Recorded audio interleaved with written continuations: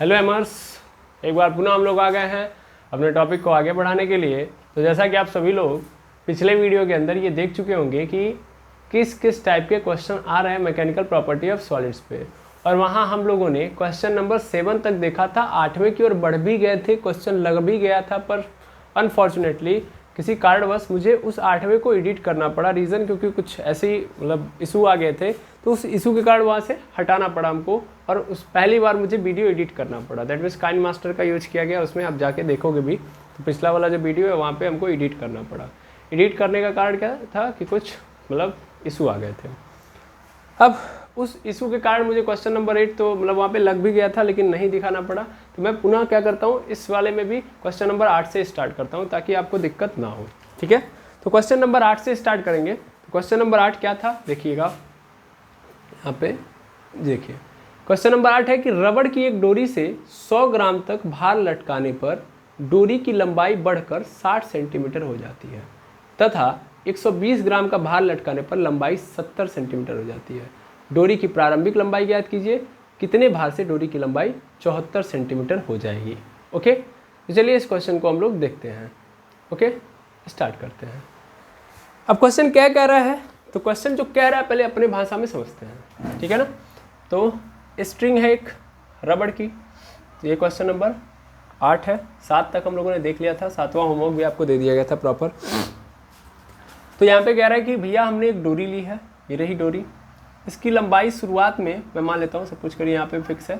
Fix क्या है, 100% fix हो गया। तो यहाँ से यहाँ तक इसकी लंबाई L है।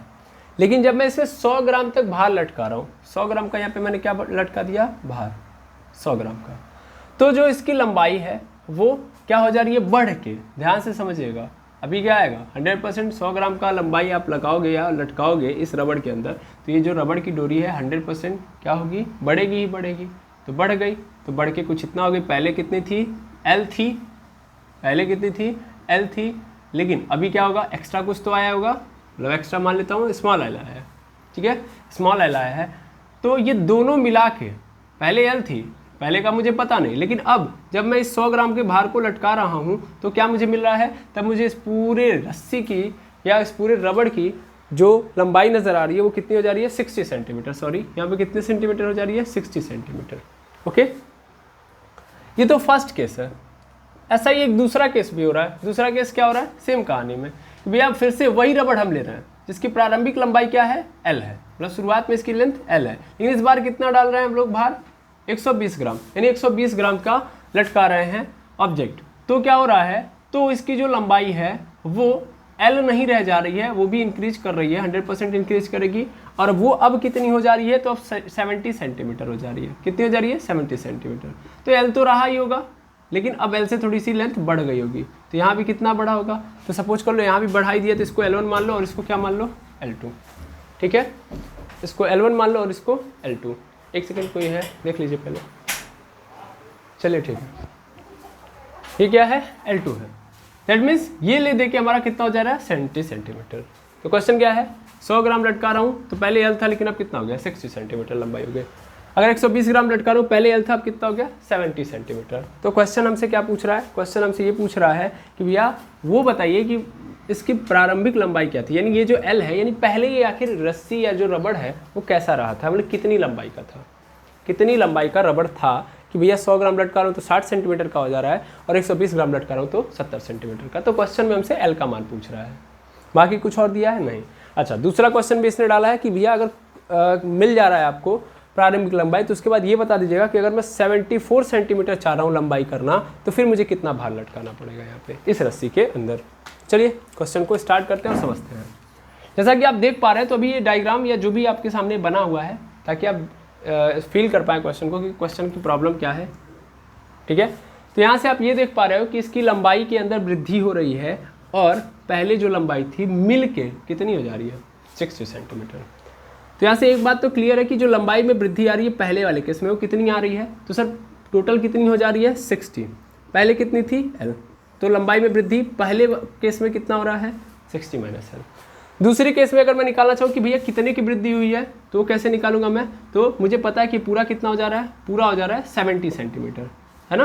तो पूरा 70 सेंटीमीटर, और पहले कितना था L, तो 70 में से L घटा दो, काम खत्म। देखो ये पूरा है यहाँ से लेके यहाँ तक 70, इसमें से इतना घटा दोगे तो मिल जाएगा ना कि कितनी वृद्धि हुई है। क्यों ये निकाल रहा हूँ? क्योंकि हमको पता है कि स्ट्रेस स्ट्रेन वाले फॉर्मूले के अंदर हमको ये करना होता है कि प्रारंभिक लंबाई यानी ओरिजिनल लेंथ कितनी थी या इनिशियल लेंथ कितनी थी, और लंबाई में वृद्धि that means elongation in length कितना आया है, तो वो पता करना होता है। तो हमको ये पता है कि इसका ओरिजिनल लेंथ L है और इलोंगेशन पहले कंडीशन में कितना आ रहा है L1, दूसरे कंडीशन में कितना आ रहा है इतना L2, और दोनों की वैल्यू प्रॉपर देख ली।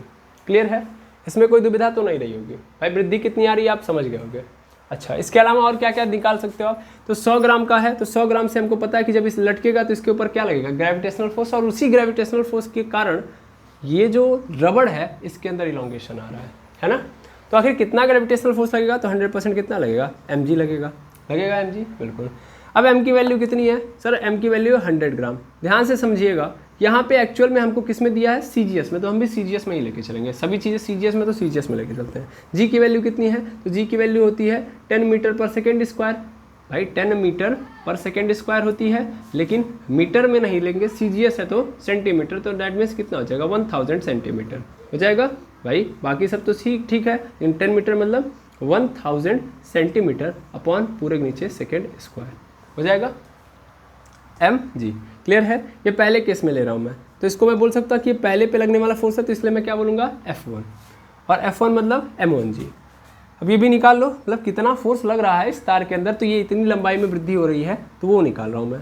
अब मैं यहाँ पे देखूँ तो ये 100, ये 1000, तो दैट मीन्स डायरेक्ट लिख सकता हूँ 10⁵ gram into centimetre upon second square. That means सीधा सीधा बोल दूंगा कि F1 कितना है 10⁵ डाइन है ना, 10⁵ डाइन है। क्लियर है? बिल्कुल। इसी तरीके से दूसरे तार के ऊपर देख लो कितना बल लग रहा है, कि इतनी वृद्धि आ गई है भैया, तो सीधा सीधा F2 निकालूंगा मैं, तो इसका मतलब क्या हो जाएगा, ये m2g हो जाएगा। m2 मतलब 120 ग्राम इंटू g की वैल्यू फिर से 10⁵ सेंटीमीटर अपॉन सेकेंड स्क्वायर। मैंने g की वैल्यू यहाँ पे क्या प्रॉपर मानी हुई है, 10 मानी हुई है। अब मैं यहाँ पे अगर करूँ तो कितना हो जाएगा, ये 0 ले लें और इसको 1.2 में कन्वर्ट करो, दैट मीन्स 1.2 इंटू 10⁵ हो जाएगा, ये हो जाएगा सेंटीमीटर अपॉन सेकेंड स्क्वायर, और ये केजी में सॉरी ग्राम में था, तो gram centimetre upon second square, मतलब ये भी क्या बन गया डाइन। तो इस पर कितना बल लग रहा है, इतना लग रहा है, इससे थोड़ा सा ज़्यादा लग रहा है ना, इससे थोड़ा सा ज़्यादा लग रहा है। क्लियर है? इस वाले पोर्शन से यहाँ पे ज़्यादा लग रहा है, तभी तो इलोंगेशन ज़्यादा है, क्योंकि मास ज़्यादा है। तो आई होप आपको समझ में आ गया होगा, यस और नो। तो दो चीज़ें हमको पता चल चुकी हैं कि लंबाई कितनी आई है, मतलब कितना इंक्रीजमेंट आया है इस वायर के अंदर या स्ट्रिंग के अंदर, और दूसरा इनके ऊपर कितना बल लग रहा है। दो चीज़ें पता हो गई, बिल्कुल।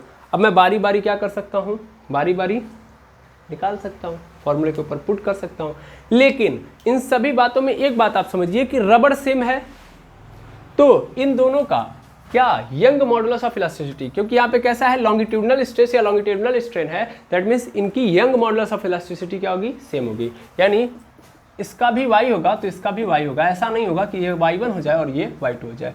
y1 y2 तब होता है जब हम वायर या जो भी मटेरियल ले रहे हैं वो अलग अलग ले रहे हैं। यहाँ तो एक ही की बात कर रहा है, अभी भी हम रबड़ की डोरी यहाँ भी लिए, वही रबड़ की डोरी यहाँ भी लिए हैं। जो रबड़ की डोरी पहले लंबाई के साथ थी वही यहाँ पे भी थी पहले की लंबाई के साथ। क्लियर है? आई होप समझ में आ गया होगा, बिल्कुल। तो अब सभी चीज़ें क्रिस्टल क्लियर हैं, मिल चुका है कितना बल लग रहा है, कितना इलोंगेशन आ रहा है। अब हम लिखते हैं फॉर्मूले बारी बारी से। तो अगर मैं इसके लिए अप्लाई करूं, चलिए मैं यहाँ से इस फिगर को यहाँ से मिटा देता हूँ और यहीं पे पुट करता हूँ क्वेश्चंस को। ठीक है, तो इसको यहीं पे रहने दीजिए क्योंकि इसी की मदद से हमको करना है। इसको भी वहाँ रहने दीजिए और करते हैं हम लोग। सबसे पहले फर्स्ट केस के लिए हम देखेंगे। फर्स्ट केस के लिए अगर हम देखें तो क्या पता चल रहा है कि भैया हमको पता है कि भैया कितना स्ट्रेस आया। भाई हमने ये पढ़ा है ना, stress is directly proportional to strain, और इक्वल टू लगा दो डायरेक्ट, तो ई इज इक्वल टू कितना होता है, sorry stress is equal to E into strain होता है। और ई के जगह पे हम क्या यूज करेंगे, वाई, क्योंकि यहाँ पे इलास्टिसिटी कैसा है, लॉन्गिट्यूडनल है। अब स्ट्रेस यहाँ पे देखेंगे तो स्ट्रेस कितना है sir, F1 upon A, F1 upon A. And यहाँ पे कितना है, तो स्ट्रेन कितना है, तो स्ट्रेन आपका कैसे पता चलता है, कितनी लंबाई में वृद्धि आई, तो लंबाई में वृद्धि आई है L1, मतलब कितना इलोंगेशन आया है, और ओरिजिनल लेंथ कितनी थी, तो L, तो लिख दिया बिल्कुल। अब थोड़ा समझिएगा, यहाँ पे फंडा आता है एरिया का। तो यार ये जो तार है या जो रबड़ है, उस रबड़ का एरिया यहाँ और यहाँ, फर्स्ट केस में या सेकेंड केस में, दोनों केसेस में क्या रहेगा, सेम रहेगा, क्योंकि सेम रबड़ को यूज किया जा रहा है। तो यहाँ पे A1 और A2 नहीं लेंगे। देखिए इसमें क्या सेम रहने वाला है, A और Y सेम रहने वाला। Y क्यों है, क्योंकि सेम मटेरियल है। A क्यों है, क्योंकि सेम वायर है ना, मटेरियल सेम तो Y सेम। और A क्यों, क्योंकि तार हमने, या जो बोल रहे हैं हम लोग रबड़, तो रबड़ को हम लोगों ने सेम रखा है, ठीक है ना। तो यहाँ पे जितना एरिया होगा इसका उतना एरिया यहाँ पे भी होगा, बिल्कुल बिल्कुल। अब यहाँ से आप क्या करो, F1/A इज इक्वल टू क्या कर लो, Y इंटू L1 की जगह पे इसकी वैल्यू रख दो, कितनी हो जाएगी 60 माइनस L अपॉन पूरे के नीचे कैपिटल L। और F1 की भी वैल्यू रख लो भाई, लगे हाथों।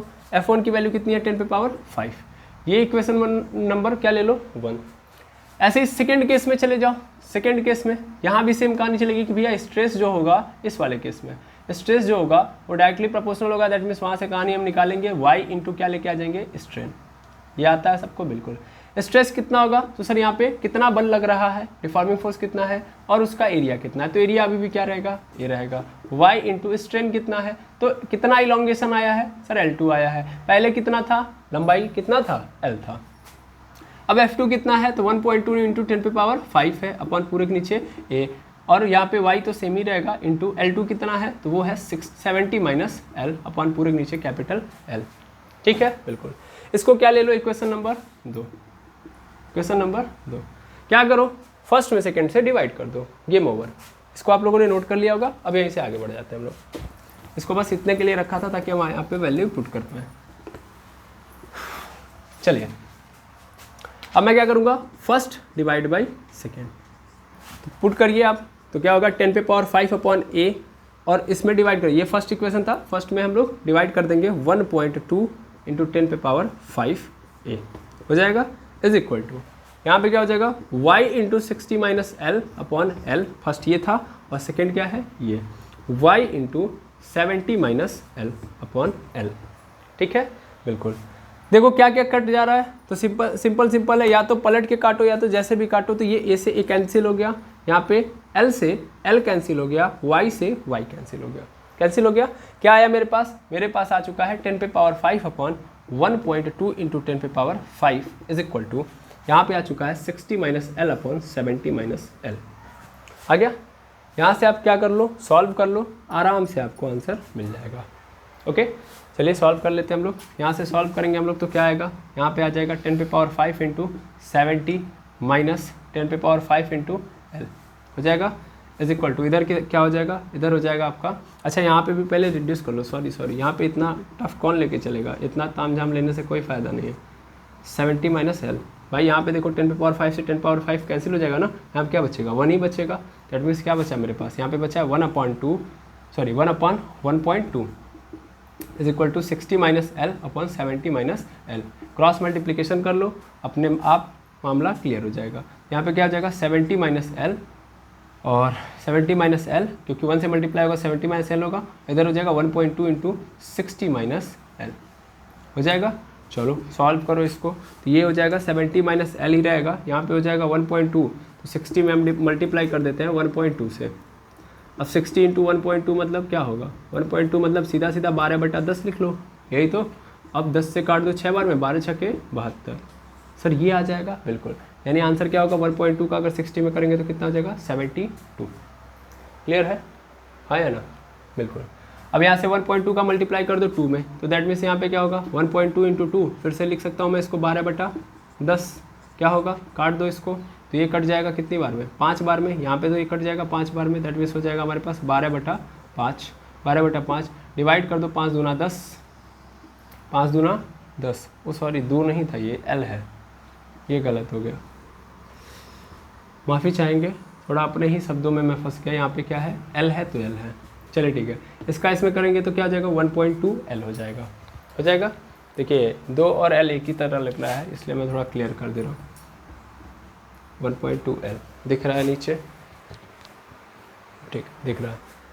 अभी क्या होगा, अभी सिंपल केस में हम जाएंगे, इस L को उधर भेज देंगे, और या इसको इधर बुला लेते हैं, इसको इधर बुला लेते हैं, इसको उधर भेज देते हैं। तो क्या हो जाएगा मेरे पास हो जाएगा 1.2 L इज इक्वल टू, पहली बात तो 1.2 L minus L is equal to 72 minus 70।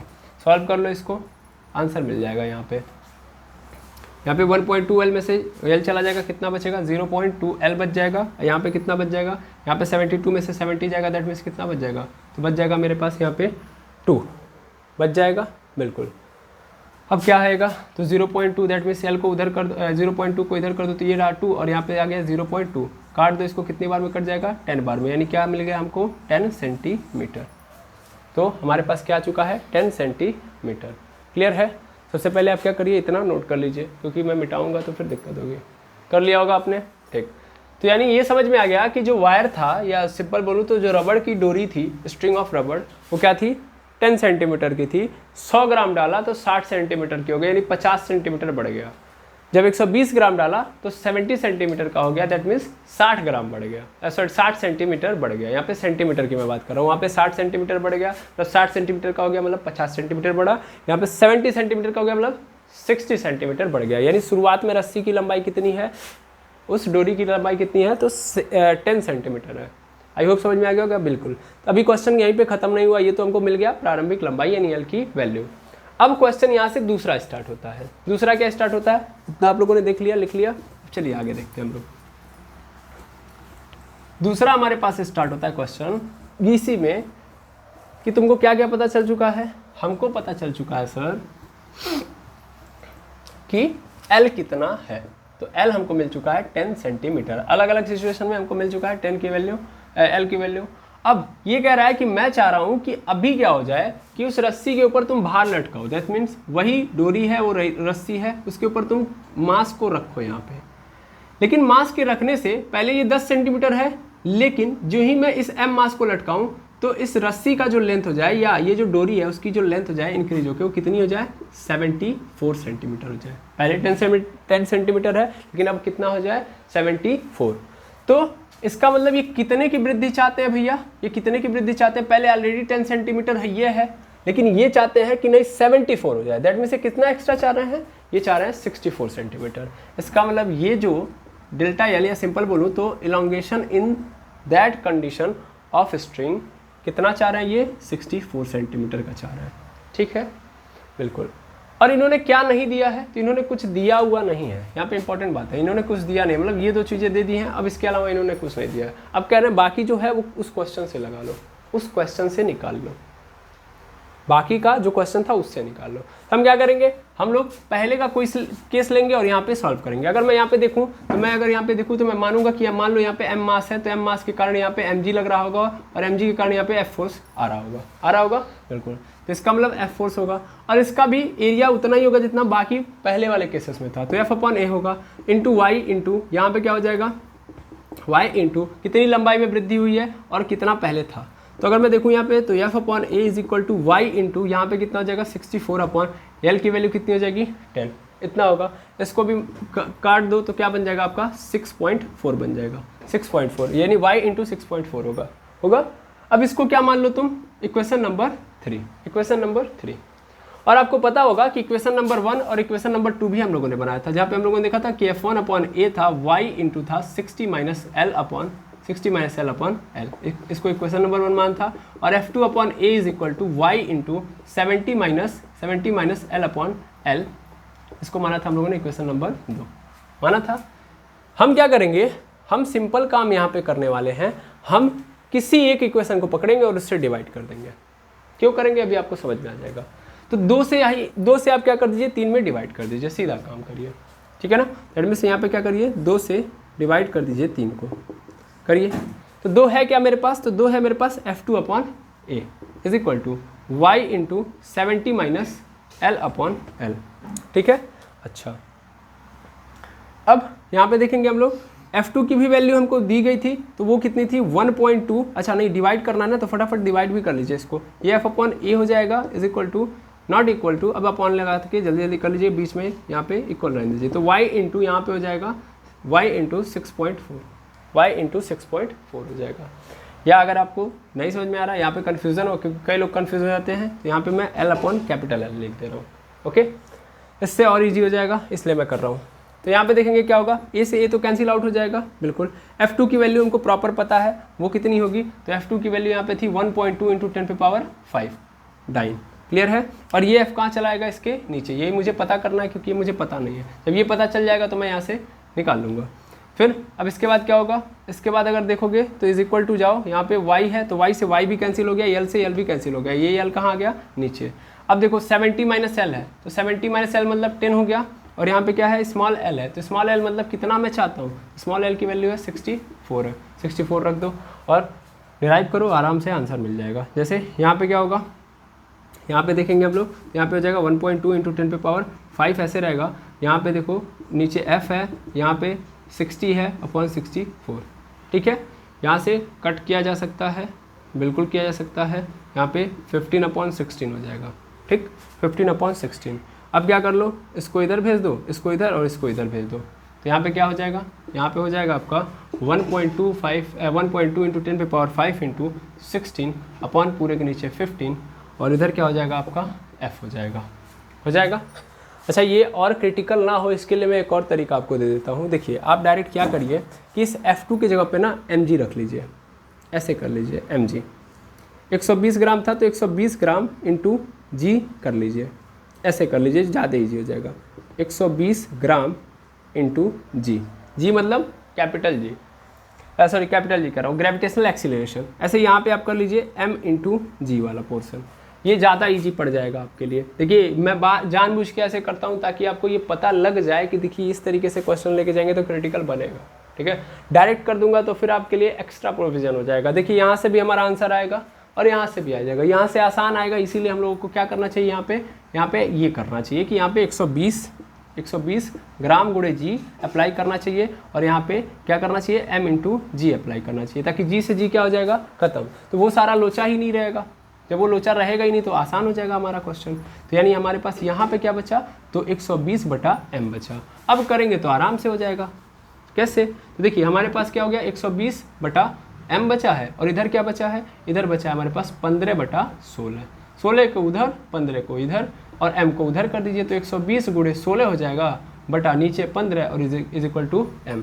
15 से काट दीजिए, 120 को कितनी बार में चला जाएगा, 8 बार में, और 16 को गुणा 8 में, तो m इज इक्वल टू क्या गया, 128 ग्राम। तो यहाँ से क्या समझ में आ गया कि अगर मैं 128 ग्राम का ऑब्जेक्ट यहाँ पे लटकाऊंगा तो उसके कारण क्या होगा कि ये जो 10 सेंटीमीटर की जो रबड़ की डोरी है वो बढ़ के कितने में कन्वर्ट हो जाएगी, 74 सेंटीमीटर में कन्वर्ट हो जाएगी, यानी इसकी लंबाई 74 सेंटीमीटर हो जाएगी 10 सेंटीमीटर से।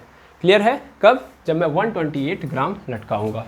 तो आई होप आपको ये समझ में आ गया होगा कि मैंने कैसे ये क्वेश्चन किया है। चलिए इस आधार पे कि आपको समझ में आ गया होगा, मैं यहाँ पे दूसरे क्वेश्चन की ओर मूव करता हूँ। चलिए अब नेक्स्ट क्वेश्चन देखते हैं। नेक्स्ट क्वेश्चन है हमारे पास क्वेश्चन नंबर 9, इसको मैं मिटा दूँ, बिल्कुल। चलिए क्वेश्चन नंबर 9 पे आते हैं।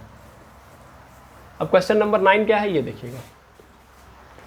क्वेश्चन नंबर 9 है हमारे पास कि स्टील के लिए, यहाँ पे स्टील के लिए एक भंजक ब्रेकिंग प्रतिबल इतना है और इसका घनत्व इतना है, इसके किसी तार की वह अधिकतम लंबाई ज्ञात कीजिए जिसे अपने ही भार के अंतर्गत बिना टूटे लटकाया जा सके। ठीक है, अब समझते हैं क्या ये दिया गया है, समझिएगा। कह रहा है कि स्टील है, स्टील मतलब स्टील, और उसके लिए भंजक प्रतिबल, दैट मीन्स यहाँ पे आपको याद होगा कि मैंने आपको पढ़ाया breaking stress, breaking stress, breaking strength and breaking stress. तो ये ब्रेकिंग स्ट्रेस है। तो ब्रेकिंग स्ट्रेस मतलब वो मैक्सिमम स्ट्रेस कि भैया तार अब टूट जाए। क्या बोल दिया सर आपने? ब्रेकिंग स्ट्रेस मतलब वो स्ट्रेस तार के अंदर कि भैया वो अपने आप को टूटने से मैक्सिमम स्थिति तक लगा पाए, बच जाए। अगर उसके बाद ज़्यादा आपने फोर्स लगा दिया तो तार टूट जाएगा। स्ट्रेस मतलब क्या होता है? अपने आप को बचाने वाला फोर्स। तो मैक्सिमम वो अपने आप को उतना ही बचा सकता है। तो मैक्सिमम स्ट्रेस उस तार का जो होगा वही ब्रेकिंग स्ट्रेस कहलाएगा। अगर उससे ज़्यादा आपने डिफॉर्मिंग फोर्स लगाया तो स्ट्रेस का मुकाबला उस डिफॉर्मिंग फोर्स से नहीं हो पाएगा और तार क्या हो जाएगा? ब्रेक हो जाएगा। अरे भाई आप समझ लीजिए फिर से, मान लीजिए एक वायर है, इस वायर को आप F फोर्स से खींच रहे हो। क्या कर रहे हो? खींच रहे हो। तो जब आप खींचोगे तो ये जानता है कि अंदर क्या होने वाला है, मतलब इस वायर को पता है कि अब ये हमारे ऊपर ये जो F फोर्स आया है डिफॉर्मेशन लेके आएगा। तो इस डिफॉर्मेशन से बचने के लिए अंदर की ओर क्या उत्पन्न करने लगता है? ये स्ट्रेस उत्पन्न करने लगता है। जितना आप इधर F फोर्स बढ़ाओगे उतना ही स्ट्रेस बढ़ते जाएगा। देखो लेंथ बढ़ रही है, स्ट्रेस भी बढ़ रहा है, बढ़ रहा है, बढ़ रहा है, बढ़ रहा है, लेकिन एक लिमिट तक ही बढ़ेगा। अब आप बढ़ाते गए बढ़ाते गए बढ़ाते गए बढ़ाते गए और स्ट्रेस भी डेवलप होते गया, बढ़ते गया, बढ़ते गया, बढ़ते गया, बढ़ते गया। लेकिन एक लिमिट के बाद ये बढ़ना बंद हो जाएगा और ये इसकी मैक्सिमम लिमिट पे पहुंच गया, यानी बढ़ते बढ़ते ये अपनी मैक्सिमम लिमिट पे पहुंच गया कि बस भैया अब नहीं हम आगे बढ़ सकते, यानी बस अब हम आगे नहीं बचा सकते अपने आप को, नहीं बचा सकते। मतलब ये एफ फोर्स क्या चाह रहा था कि इनके मॉलिक्यूल्स को खींच के लेके जाना चाह रहा था, ये एफ फोर्स लेके जाना चाह रहा था, ये जो मॉलिक्यूल्स है इनको लेके निकाल के बाहर लेके जाना चाह रहा था। यही तो चाहता है ये फोर्स, इनके बीच में गैप लेके आ रहा है, भाई ये मॉलिक्यूल है ये मॉलिक्यूल है, इस पर एफ फोर्स लगाओगे तो ये वाला जो मॉलिक्यूल है दूर भागेगा, तो ये दूर भाग रहा है दूर भाग रहा है दूर भाग रहा है दूर भाग रहा है दूर भाग रहा है, लेकिन अभी भी कनेक्शन है, अभी भी कनेक्शन है। एक कंडीशन के बाद आपने अगर इस पर फोर्स लगाए रखा और फोर्स बढ़ा रहे हो आप, तो क्या होगा, इसके बीच में कनेक्शन टूट जाएगा, यानी इस मॉलिक्यूल और इस मॉलिक्यूल के बीच में कनेक्शन टूट जाएगा। तो वही बोलते हैं हम लोग तार टूट गया या ऑब्जेक्ट टूट गया। तो तार या ऑब्जेक्ट का टूटने का मतलब क्या होगा कि मॉलिक्यूल्स के बीच का कनेक्शन टूट गया। ठीक है, अब ये मॉलिक्यूल्स यानी ध्यान देंगे ये इधर जा रहा है, मतलब इस मॉलिक्यूल के ऊपर फोर्स लगा ये, और ये मॉलिक्यूल्स अंदर है, तो होगा क्या कि ये वाला मॉलिक्यूल अपने अंदर एक फोर्स जनरेट करेगा, उसी को स्ट्रेस बोलते हैं, ताकि ये इससे कनेक्टेड रहे, इसको खींच के इधर ला पाए। ठीक है ना, लेकिन एक लिमिट तक ऐसा कर पाएगा, एक लिमिट के बाद ये जो एफ फोर्स जब बढ़ जाएगा तो फिर ये इससे कनेक्शन मतलब इसको अपने और खींच के नहीं रख पाएगा और यहाँ से कनेक्शन क्या हो जाएगा, टूट जाएगा। तो वो मैक्सिमम लिमिट उस स्ट्रेस की कि भैया अब इससे ज़्यादा हम नहीं कर सकते, तो उसी मैक्सिमम लिमिट को हम लोग ब्रेकिंग स्ट्रेस कहते हैं। यहाँ पे तार क्या हो जाएगा, टूट जाएगा। आई होप आपको समझ में आ गया होगा ब्रेकिंग स्ट्रेस क्या है। बिल्कुल, अब देखेंगे आगे क्या है। आगे लिखा गया है कि स्टील के लिए ब्रेकिंग स्ट्रेस जो है वो कितना है, तो वो है 8.5 × 10⁶ न्यूटन मीटर स्क्वायर। मतलब मेरे लिए तो क्या है, सिग्मा है, सिग्मा मैक्सिमम लिख लो तो भी कोई दिक्कत नहीं है। तो यहाँ पे क्या है 8.5 × 10⁶ न्यूटन मीटर स्क्वायर। बिल्कुल, और क्या दिया गया, इसका घनत्व, किसका घनत्व, इस बार देखिए घनत्व का खेल आ गया, रो, इसको हम लोग किससे रिप्रेजेंट करते हैं, रो से। रो कितना दे दिया गया है, रो ऑफ स्टील वो दे दिया गया है 8.5 × 10⁻³ kg मीटर अपॉन क्यू। ठीक है, कह रहा है इसके लिए तार की वह अधिकतम लंबाई ज्ञात कीजिए जिसे अपने ही भार के अंतर्गत बिना टूटे लटकाया जा सके, और जी को कह रहा है कि 10 मीटर/सेकंड² लेना है। ठीक है, तो ये क्या कह रहा है, इसमें कह रहा है कि तार की वह अधिकतम लंबाई बताना है आपको, मैक्सिमम लेंथ, जिसे अपने ही भार के अंतर्गत बिना टूटे लटकाया जा सके, अपने ही भार के अंतर्गत बिना टूटे लटकाया जा सके। ऐसा ना हो, मतलब ऐसे समझिए कि भैया मैक्सिमम स्ट्रेस इतना है, अब मैं इसको लटका रहा हूँ, इस तार को, समझिएगा मेरी बात को, अब ये इतना लंबा तार है, लटका है, लटका है। अब जब ये लटका रहेगा तो एक बात बताइए, ये छोटा तार है, सपोज कर लो छोटा तार है, मैं यहाँ पे फिक्स किया हुआ हूँ, जो ही मैं इस फिक्सेशन को हटा दूँ तो तार कहाँ चलाएगा, नीचे चलाएगा। बिल्कुल, क्यों आया नीचे, क्योंकि तार के ऊपर सर ग्रेविटेशनल फोर्स लग रहा है, क्योंकि तार की अपनी क्या होगी, अपना मास है, और तार का भी अपना मास है, और इस कारण क्या होगा, ये नीचे आएगा। भाई यहाँ पे हम ले किसको रहे हैं, स्टील को ले रहे हैं ना, तो स्टील क्या होगा, स्टील अपने आप में मोटा होगा, रॉड एक टाइप में होगा, तो इस रॉड का अपना क्या होगा, मास होगा। बिल्कुल मास होगा, तो इस मास के कारण इसके ऊपर ग्रेविटेशनल फोर्स लगेगा। बिल्कुल, और ये नीचे चला जाएगा। बिल्कुल, अगर मैं कुछ भी नहीं लटका रहा हूँ तो ठीक। बिल्कुल, अभी मैं फिक्स किया हूँ तो ये रहेगा यहाँ पे, लेकिन जब मैं इसके ऊपर फिक्स किया हूँ तो ग्रेविटी इसको अभी भी क्या कर रही है, नीचे खींच रही है। बिल्कुल खींच रही है, इसके मास के कारण इसको नीचे खींचेगी, लेकिन ऊपर से ये फिक्सेशन किया हुआ है, यानी ये इधर की ओर खींच रहा है, और इधर की ओर एक फोर्स डेवलप हो चुका है। यानी यहाँ से भी इस ग्रेविटेशनल फोर्स के कारण भी अगर मैं किसी तार को या किसी स्टील को जब लटका रहा हूँ तो ग्रेविटी भी तो इसको खींच के नीचे की ओर फोर्स लगा रही है, जिसके कारण इसके अंदर स्ट्रेन आने की संभावना बन रही है। एक्सटर्नल फोर्स तो आ रहा है ना भाई, लग रहा है, ये डिफॉर्मिंग फोर्स ही तो होगा जो इसके अंदर डिफॉर्मेशन ला सकता है। ये कह रहा है कि भैया मैक्सिमम कितनी लंबाई हम रखें, मैक्सिमम कितनी लंबाई रखें कि अभी हम कुछ लटकाए नहीं हैं, कुछ लटकाए नहीं हैं, लेकिन उसके बावजूद ये टूट जाए। अभी देख रहा हूँ यहाँ पे मैंने कुछ नया जोड़ा है, क्वेश्चन ये नहीं बोला है लेकिन मैं आपको समझा रहा हूँ। मान लो इसकी लेंथ जब मैं बढ़ाते रहूँगा तो इसके ऊपर ग्रेविटेशनल फोर्स लंबा होता जाएगा, मतलब बढ़ता जाएगा वो भी, और जब ग्रेविटेशनल फोर्स बढ़ेगा दैट मीन्स डिफॉर्मिंग फोर्स बढ़ेगा, तो इसके अंदर स्ट्रेस भी बढ़ते जाएगा बढ़ते जाएगा बढ़ते जाएगा, और एक कंडीशन के बाद क्या होगा कि स्ट्रेस अपने मैक्सिमम लिमिट पे पहुंच जाएगा, और वहाँ पे उसके बाद वो कहेगा कि अब हम नहीं बचा सकते, दैट मीन्स वो ब्रेक हो जाएगा। समझ पा रहे हैं? तो ये क्वेश्चन ये कह रहा है कि भाई उस कंडीशन के लिए हमको इस स्टील को कितना लंबा रखना पड़ेगा, यानी इस स्टील की लंबाई हमसे पूछ रहा है। और यहाँ पे स्पष्ट बोला है कि मैंने इसके ऊपर कुछ लटकाया नहीं है, ये केवल और केवल इसके मास के कारण खुद में होगा, यानी इसका मास ही इसके अंत का कारण बनेगा, इसका द्रव्यमान, स्वयं का द्रव्यमान इसके अंत का कारण बन जाए। वो लंबाई बताओ, कितना द्रव्यमान आ जाए उतनी लंबाई बताओ कि जिसके कारण ये टूटने की अवस्था में आ जाए। आई होप क्वेश्चन समझ में आ गया होगा। बिल्कुल, तो इसकी खुद की लंबाई पूछ रहा है, दैट मीन्स यहाँ पे कुछ इलोंगेशन वगैरह की बात नहीं कर रहा है ये, ठीक है। यहाँ पे याद रखेंगे, ये नहीं ऐसा है कि यहाँ पे मैंने किसी मास को रखा, उस मास के कारण इसके अंदर पहले इतना था तो अब इतना लंबाई इलोंगेशन आ गया, नहीं, इसकी मैक्सिमम लंबाई के कारण इसके अंदर समस्या उत्पन्न हो जाए।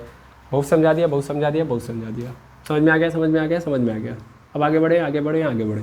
तो ये घनत्व रो है और ये कितना है, ये है। डेंसिटी क्या बताती है, बहुत कुछ बता देती है भाई। हमको ये इतना मिल ही चुका है, हमको चाहिए क्या सर, इसकी लंबाई, बस सिंपल। एल की वैल्यू है, सॉरी एल हमको चाहिए, चलो निकालते हैं हम लोग। जैसा कि आप जानते हैं कि भाई एल तो हमको कैसे मिलता, हमको ऐसे मिलता सर, F/A होता और यहाँ पे हम लोग लिखते, क्या लिखते, फिर यहाँ पे E लिख देते, फिर यहाँ पे हम लोग लिख देते स्मॉल l/कैपिटल L और यहाँ पे मिल जाता L, ठीक है ना। लेकिन उसके लिए हमको ये चाहिए, ये चाहिए, ये चाहिए, ये चाहिए, और ये सब चीज़ें हम तब लेके आते हैं जब हमारे पास कोई दूसरा ऑब्जेक्ट आता है जिसके कारण ये लटका हुआ है, या कोई डिफॉर्मिंग फोर्स आता है जिसके कारण ये क्या होता, इंक्रीजमेंट लेके आता है। यहाँ पे इंक्रीजमेंट तो लेके आया ही नहीं जा रहा है, यहाँ पे केवल और केवल उस रॉड को लटकाया जा रहा है, एलोंगेशन की बात नहीं हो रही है। समझ पा रहे हैं, बिल्कुल, आई होप समझ में आ रहा होगा, क्लियर। तो इसका मतलब हम ये L/L की बात नहीं करेंगे यहाँ पे सिंपल अपने ही L की बात करेंगे, ठीक है। अपने ही L मतलब वही जो है अपना वाला। अब चलिए क्वेश्चन को सॉल्व करें, बिल्कुल सॉल्व कर सकते हैं। तो यहाँ पे हमारे पास ये चीज़ है, हम इससे ही निकालेंगे। सिग्मा इज इक्वल टू क्या होता है, मतलब स्ट्रेस इज इक्वल टू क्या होता है सर, वो होता है फोर्स अपॉन एरिया। यहीं से आपको काम धाम करना है।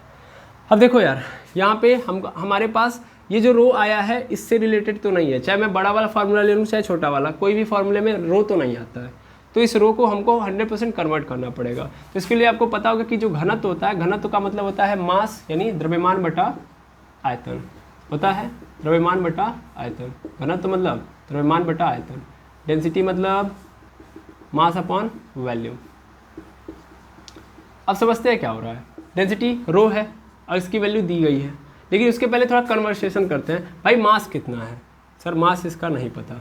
मास पता है, नहीं पता है, चलो ठीक है, मास नहीं पता है। सबसे पहली चीज़ तो यहाँ पे मास भी होना चाहिए, तभी तो हम F निकाल सकते हैं, आया ना। F भी तो नहीं पता है, A भी नहीं पता है, ये केवल पता है, रो पता है। चलो इन सबको देखते हैं हम लोग। अब देखते हैं वॉल्यूम। वॉल्यूम का मतलब क्या होता है सर, वॉल्यूम का मतलब यहाँ पे क्या होता है, वॉल्यूम का मतलब यहाँ पे ये होता है कि एरिया इंटू लेंथ। मान लो ये स्टील है, इस स्टील का अपना क्या होगा, एरिया होगा, एरिया है A और लंबाई क्या है, L है। वही तो पूछ रहा था मैक्सिमम लंबाई, तो मैंने मैक्सिमम लंबाई कितनी मान ली, L, और इसका एरिया क्या मान लिया, A। तो अगर मैं A इंटू L कर दूंगा तो यही क्या बन जाएगा, इसका वॉल्यूम। क्या बन जाएगा, वॉल्यूम, यानी आयतन। तो जहाँ पे आयतन दिया है वहाँ पे हम A इंटू कैपिटल L लिख सकते हैं, बिल्कुल लिख सकते हैं सर। अच्छा, अगर लिख सकते हैं तो अच्छी बात है, हाँ तो अच्छी बात तो है यहाँ पे। अच्छा, अब अगर और बातें करें हम लोग, तो जहाँ पे मास लिखा है, इस मास को हम कैसे कन्वर्ट करें। देखिए डेंसिटी तो हमको पता है, डेंसिटी कितनी है इसकी, 8.5 इंटू 10⁻³ है। इसको इधर बुला लो, तो इसका मतलब क्या हो जाएगा, 8.5 इंटू 10⁻³ इज इक्वल टू क्या हो जाएगा, sorry into A into L हो जाएगा, इज इक्वल टू मास। इन जहाँ मास की बात करेगा वहाँ पे ये चिपका देना। अच्छा, आखिर ये आएगा कहाँ से, अरे बुद्धू एकदम आराम से आ जाएगा। F का मतलब क्या होगा, M इंटू G। ये तो कर सकते हो ना भाई, स्टील को जब लटकाओगे तो स्टील का मास अपना होगा और इसके कारण ग्रेविटेशनल फोर्स उत्पन्न होगा। तो कितना ग्रेविटेशनल फोर्स होगा, mg, और यही तो डिफॉर्मिंग का कारण है। डिफॉर्मिंग फोर्स क्या है मेरे लिए, mg ही तो है। तो फोर्स मतलब mg। भाई लटकाने पे कौन सा फोर्स डिफॉर्मिंग फोर्स का काम करता है, गुरुत्वाकर्षण बल। क्या हुआ, हिला दिया इसमें, ठीक तो है, ठीक है, कोई दिक्कत नहीं है। m into ji upon A हो जाएगा यहाँ पे। अब देखिएगा क्या करूँगा मैं, इस m की वैल्यू रख दूंगा, सिग्मा मुझे पता ही है, तो यहाँ पे क्या हो जाएगा, सिग्मा मैक्सिमम। चलो सिग्मा मैक्सिमम क्यों लिख रहा हूँ, या डायरेक्ट मैं यहाँ पे लिख देता हूँ सिग्मा की वैल्यू। सिग्मा मैक्सिमम होगा तो लेंथ भी क्या होगी, अपने आप में मैक्सिमम ही होगी। ये इतनी बात याद रखेंगे। इज इक्वल टू m की जगह पे हम लिख देंगे 8.5 into 10⁻³ into A into L upon पूरे के नीचे क्या हो जाएगा, A हो जाएगा। अब इस A से क्या हो गया, कैंसिल हो गया। मुझे क्या चाहिए, L ही तो चाहिए, तो मैं क्या करूँगा, इसको इसके नीचे भेज दूंगा। दैट मीन्स मिल जाएगा मुझे 8.5 into 10⁻6 upon 8.5 into 10⁻³ is equal to क्या हो गया, L। 8.5 से 8.5 कैंसिल, यहाँ पे 10⁻³ से 10⁻³ कैंसिल हो जाएगा। यहाँ पे क्या बन जाएगा मेरे पास, केवल 10⁻³ बचेगा। दैट मीन्स क्या मिल गया हमको, L इज इक्वल टू 10⁻³ 10⁻³ देखिए 3 से 3 ठो कैंसिल, 3 बचेगा। यहाँ पे 8.5 से 8.5 पूरा खत्म, और 10.3 मीटर बचा। दैट मीन्स क्या मिल गया हमको, L is equal to 1000 metre. क्या मतलब है इसका, कि 1000 मीटर तक 1000 मीटर लंबा अगर मैं स्टील का रॉड रख देता हूँ तो वो अपनी लंबाई के मतलब उसको लटका दिया तो अपनी लंबाई के कारण टूट जाएगा। अपनी लंबाई के कारण, इतनी लंबाई के कारण उसके पास इतना मास आ जाएगा कि उसके मास के कारण ही उसका स्ट्रेस मैक्सिमम पे चला जाएगा और उसके बाद वो क्या हो जाएगा, टूट जाएगा। हल्की सी भी मैंने स्ट्रेस बढ़ाया तो वो क्या हो जाएगा, टूट जाएगा। समझ पा रहे हैं? तो ये मैक्सिमम लंबाई इतनी रख सकता हूँ कि भाई वो जो स्टील है वो टूटेगा नहीं अगर मैं लटकाऊंगा तो। इससे थोड़ा सा भी लेंथ बढ़ाऊंगा तो क्या हो जाएगा, टूट जाएगा। ये समझना था आपको। आई थिंक ये वाला क्वेश्चन आपको समझ में आ गया होगा। क्लियर है? अच्छा एक चीज़ तो मैंने देखा ही नहीं, ओ सॉरी, यहाँ पे एम से एम को फ्लो में डाल दिया लेकिन जी भी था बगल में, इसको तो मैंने ध्यान ही नहीं दिया।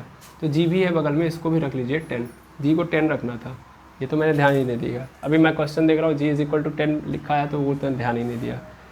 अभी क्या होगा 10 पे पावर 4, दैट मीन्स 1000 नहीं होगा, ये क्या हो जाएगा 10 पे पावर 4, डायरेक्ट कर लेते हैं। 10 पे पावर 3 है, यहाँ पे आएगा 10 पे पावर 4 और यहाँ पे क्या हो जाएगा 10 पे पावर 2, 10 पे पावर 2 मतलब 100 मीटर।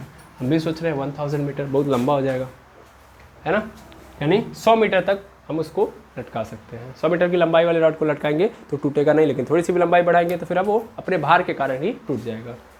आई होप समझ में आ गया। अब चलिए 10वां क्वेश्चन देख लेते हैं, फिर आगे बढ़ते हैं हम लोग। 10वां क्वेश्चन देखिएगा। 10वां क्वेश्चन हमारे पास 3.0 × 10 पे पावर -3 मीटर क्यूब आयतन के तरल पर 6.0 × 10 पे पावर 6 न्यूटन मीटर स्क्वायर का दाब परिवर्तन करने पर उसमें 5.0 × 10 पे पावर -7 मीटर क्यूब की कमी हो जाती है। तरल की आयतन विकृति आयतनात्मक प्रत्यास्थता गुणांक की गणना कीजिए। अब क्या मतलब है इसका, इसको समझिएगा। इसको मैं पहले मिटा दूँ। तो क्वेश्चन में ये है, इसको मैं मिटा दिया। अब क्वेश्चन को समझिएगा। यहाँ पे इस बार फ्लूइड की बात किया है, तरल की बात किया है। तरल मतलब फ्लूइड, तो फ्लूइड की बात कर रहा है तो इसका क्या अर्थ है, क्या समझेंगे हम इसके बारे में, ये जानते हैं। भाई जहाँ फ्लूइड आएगा ज़्यादातर आपके मन में क्या आएगा कि सर इसके अंदर तो क्या नहीं आता है। हम लोगों ने लास्ट में पढ़ा भी था कि इसके अंदर एक चीज़ नहीं आती है और वो क्या है, लॉन्गिट्यूडनल स्ट्रेस नहीं आता है। टेंजेंशियल स्ट्रेस भी बहुत कम आता है, लेकिन वॉल्यूमेट्रिक आ सकता है, वॉल्यूमेट्रिक कुछ ले दे के हो सकता है। तो इसीलिए यहाँ पे आयतन की ही बात कर रहा है। यानी यहाँ पे हमारे पास अब आ चुका है, क्वेश्चन चेंज हो चुका है और ये इस बार का जो कॉन्सेप्ट है वो वॉल्यूमेट्रिक स्ट्रेस के ऊपर है, वॉल्यूमेट्रिक स्ट्रेस एंड स्ट्रेन। ठीक है, अब समझते हैं हम। इसमें कह रहा है कि फ्लूइड है और उसका जो वॉल्यूम है, इसका जो वॉल्यूम है कितना है 3.0 × 10 पे पावर -3। भाई आयतन की बात होगी तो आयतन ही नहीं दिया होगा तो मज़ा कहाँ से आएगा भाई, क्वेश्चन लगेगा किस पे, मीटर क्यूब। पहले क्वेश्चन में हम देख लेते हैं दिया क्या, उसके आगे बात करेंगे फिर मीटर क्यूब। इसके बाद इसके ऊपर 6.0 × 10 पे पावर 6 न्यूटन मीटर स्क्वायर का दाब डाला जा रहा है। दैट मीन्स यहाँ पे पी की वैल्यू है और पी की वैल्यू कितनी है 6.0 × 10 पे power 6 newton metre upon square, sir newton upon metre square. और जब मैं इस पे लगा रहा हूँ तब उस कंडीशन में इसके वॉल्यूम के अंदर कमी हो जा रही है। क्या हो जा रही है, कमी, यानी उसमें 5.0 × 10 पे पावर -7 मीटर क्यूब की कमी हो जा रही है, कमी हो जा रही है। दैट मीन्स इसको मैं डेल्टा भी से रिप्रेजेंट करूँगा और डेल्टा भी कितना है हमारे पास 5.0 × 10 पे पावर -7 मीटर क्यूब। ठीक है, कह रहा है हमसे तरल की आयतन विकृति यानी एप्सिलॉन की वैल्यू पूछ रहा है। पहली बात तो ये है। दूसरी बात आयतनात्मक प्रत्यास्थता गुणांक की गणना करने के लिए बोल रहा है। दैट मीन्स आयतनात्मक प्रत्यास्थता गुणांक मतलब बी की वैल्यू पूछ रहा है हमसे। ठीक है ना, बल्क मॉडुलस ऑफ इलास्टिसिटी। अब इतनी बातें पूछ रहा है, ये मतलब इतनी बातें मतलब दो ही बातें पूछ रहा है, दो बातें पूछ रहा है यहाँ पे और इतनी चीज़ें दी गई है। लेकिन हमको क्वेश्चन को समझना पड़ेगा, अदरवाइज हम नहीं समझ पाएंगे तो फिर कर भी नहीं पाएंगे। यहाँ पे क्वेश्चन ने ये कहा है कि फ्लूइड है भाई, फ्लूइड मतलब मैं ले लेता हूँ पानी, ऐसे एज्यूम करता हूँ कि पानी है। अब इस पानी के ऊपर मैंने प्रेशर जनरेट किया। पहले पानी कितना था, जाहिर सी बात है पानी पहले ज़्यादा रहा होगा, जब मैं दबाऊंगा तो पानी की मात्रा कम हो जाएगी। मात्रा नहीं कम होती है, जगह कम घेरेगा। आयतन मतलब कितना जगह घेर रहा है, तो सपोज कर लो अभी ये इतना जगह घेर रहा है। ठीक है, अब मैंने इसके ऊपर यूनिफॉर्मली प्रेशर अप्लाई कर दिया। यूनिफॉर्म प्रेशर है ये भाई, कैसा प्रेशर है, यूनिफॉर्म प्रेशर। यूनिफॉर्म प्रेशर मतलब समान रूप से मैंने इसके ऊपर दाब डाला। कितने का, इतने का। पहले आयतन कितना था 3.0 × 10 पे पावर -3 मीटर क्यूब था। लेकिन जब मैंने इतने का प्रेशर अप्लाइड कर दिया, ये पी चारों ओर से अप्लाई किया, तो फिर क्या हुआ, इसका आयतन 100% घटेगा। भाई आप खुद देख सकते हो कि अगर मैं क्या कर रहा हूँ, किसी गुब्बारे को पकड़ो, गुब्बारे के अंदर क्या होता है, गैस भरा होता है, तो उस कंडीशन में जब भरा हुआ होता है नॉर्मल शेप में देखोगे तो उसका शेप कुछ बड़ा होगा, क्यों बोला कुछ बड़ा होगा, क्योंकि जब मैं दबाऊंगा तो उसका शेप छोटा हो जाएगा, यानी हमको लगेगा कि अभी वो क्या हो गया, छोटा हो गया। तो छोटा होने का मतलब क्या है कि उसका आयतन कम हो गया। आयतन कम होने का मतलब ये जो पार्टिकल थे वो थोड़े थोड़े पास आएंगे तो जगह कम लगे, यानी कम जगह में ज़्यादा हो गए। पहले क्या था कि खुल के जी रहे थे, लेकिन आपने दबाव डाला तो अभी दब के जी रहे हैं, इसका मतलब कम जगह में ही ज़्यादा हो गए। तो अभी कम जगह है, ज़्यादा लोग आ गए। देखो यहाँ पे इसका अगर देखा जाए मास चेंज नहीं हो रहा है, जितना पहले था उतना ही है। पानी की संख्या कम नहीं हो रही है या पानी की मात्रा कम नहीं हो रही, लेकिन सिर्फ और सिर्फ क्या हो रहा है, सिर्फ और सिर्फ जगह कम हो जा रहा है। जगह कम होने को हम लोग आयतन में कमी मानते हैं, तो आयतन में कमी हो जा रही है। आई बात समझ में। और ये जो स्ट्रेस है जहाँ पे प्रेशर डालने पे वॉल्यूम के अंदर चेंज आ रहा है। देखो एक बात और समझना, यहाँ पे हम लोग फोर्स नहीं अप्लाई करते हैं, यहाँ पे प्रेशर को लेते हैं, और ये जो मेरा प्रेशर होता है यही मेरा स्ट्रेस होता है। समझ पा रहे हैं, यानी जितना मैंने प्रेशर इधर लगाया होगा उतना ही प्रेशर अंदर से मुझे मिलेगा, और यही प्रेशर मेरा स्ट्रेस बन जाता है वॉल्यूमेट्रिक स्ट्रेस और स्ट्रेन के कंडीशन में। तो अगर मैं यहाँ पे बात करूँ, कहाँ पे बात करूँ, यहाँ पे बात करूँ, तो थोड़ा ध्यान से देखेंगे और समझेंगे। क्या समझेंगे इसको देखिएगा। अगर मैं यहाँ पे बात करूँ वॉल्यूमेट्रिक के केस में, यहाँ पे मुझे ये समझ में आ रहा है कि एप्सिलॉन, छोड़ो एप्सिलॉन यार, यहाँ पे ये समझ में आ गया कि भैया सिग्मा जो होगा यहाँ पे पी होगा, क्योंकि स्ट्रेस वॉल्यूमेट्रिक स्ट्रेस के कंडीशन में सिग्मा जो होता है मेरा क्या हो जाता है, पी ही बनता है। जितना प्रेशर आपने अप्लाई किया वही मेरा क्या हो जाएगा, स्ट्रेस बन जाएगा। ठीक है, तो सिग्मा की वैल्यू तो हमको डिफाइंड है, और देख भी लो न्यूटन मीटर स्क्वायर है भी। अच्छा, अब इस सिग्मा के कारण चेंज तो आएगा ही आएगा, क्योंकि स्ट्रेस आया तो स्ट्रेस वैसे तो आएगा नहीं, जब कोई चेंज करना चाह रहा होगा तभी आया होगा। तो चेंज इतने का आ गया है। अब हमने क्या पढ़ा है, हमने ये पढ़ा है सर कि sigma is directly proportional to E epsilon. अब यहाँ से अगर मैं बात करूँ सिग्मा, यहाँ पे डायरेक्टली प्रोपोर्शनल है, डायरेक्टली प्रोपोर्शनल का साइन ये होता है, डायरेक्टली प्रोपोर्शनल है, और यहाँ पे जब मैं बराबर का चिन्ह लगाता हूँ तो यहाँ पे क्या आ जाता है, बी, और यहाँ पे ई। ये बी कब आता है, तो ये बी तब आता है जब हमारे पास क्या हो, वॉल्यूमेट्रिक स्ट्रेन या स्ट्रेन है, स्ट्रेस या स्ट्रेन है। तब हम लोग क्या लेते हैं इस कंडीशन में, इलास्टिसिटी के जहाँ पे हम लोग बल्क मॉडुलस ऑफ इलास्टिसिटी का यूज करते हैं। हमारे पास सिग्मा ऑलरेडी प्रेजेंट है, बी की वैल्यू बस हम नहीं जानते हैं, ई की वैल्यू हमको निकालनी है। ठीक है, तो हम कैसे निकालेंगे इसको देखते हैं हम लोग।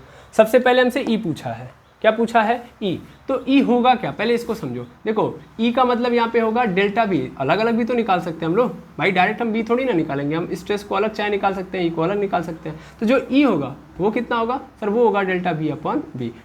कितना चेंज हुआ, इतना चेंज हुआ, और कैसा हुआ, कमी हुई है ना, तो इसलिए माइनस में लेते हैं हम लोग। यहाँ पे हम लोगों ने देखा था कि स्ट्रेन यहाँ पे क्या होता है, माइनस में होता है, तो डेल्टा बी अपॉन बी। अब चेंज कितना आया है, तो डेल्टा बी, पहले कितना था, तो इतना था।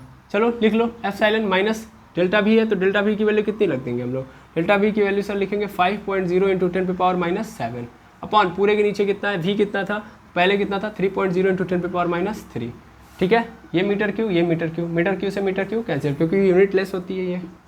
तो ई इज इक्वल टू क्या मिल गया हमको, 10⁻3, इसको ऊपर ले जाओ, और यहाँ पे देखो ये क्या है, 5/3 है, 5/3 इंटू 10⁻⁷ इंटू 10⁻+3 हो जाएगा। यहाँ से सॉल्व कर लो, इसको हिला दिया बेटा, उधर सो जाओ, हिलाओ मत,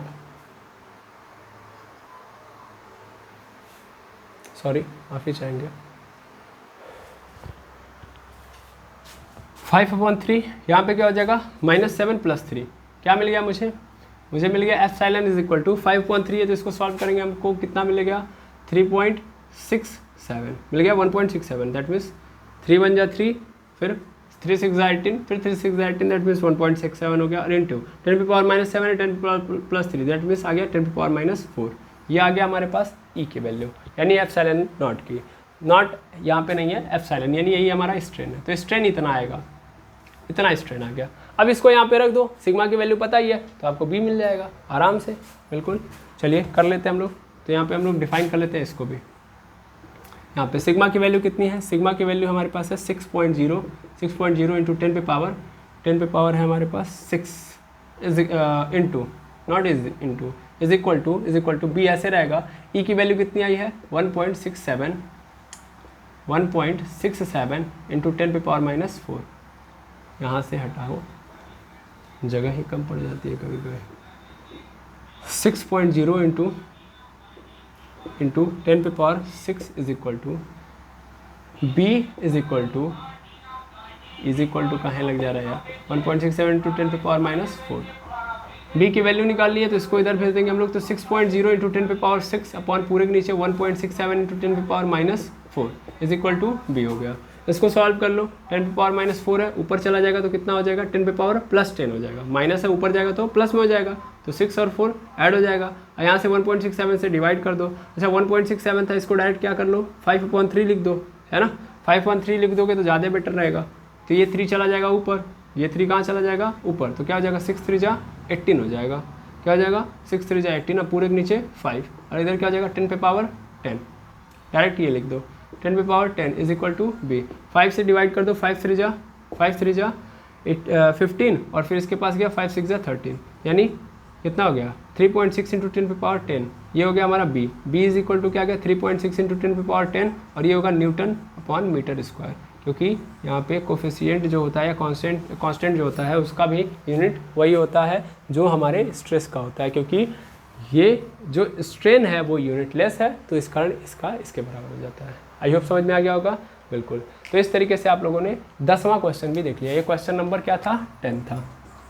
अब इसी तरीके से हम लोग 11वां और 12वां 2 क्वेश्चन और है हमारे पास, उनको भी कर लेते हैं, और इससे रिलेटेड हमारे क्वेश्चन लगभग हो जाएंगे। बाकी आपके मन में यदि कोई डाउट आएगा तो आप खुद बताएंगे, तो मैं उन क्वेश्चंस को सॉल्व करूँगा। ओके, चलिए इसको मैं मिटा देता हूँ।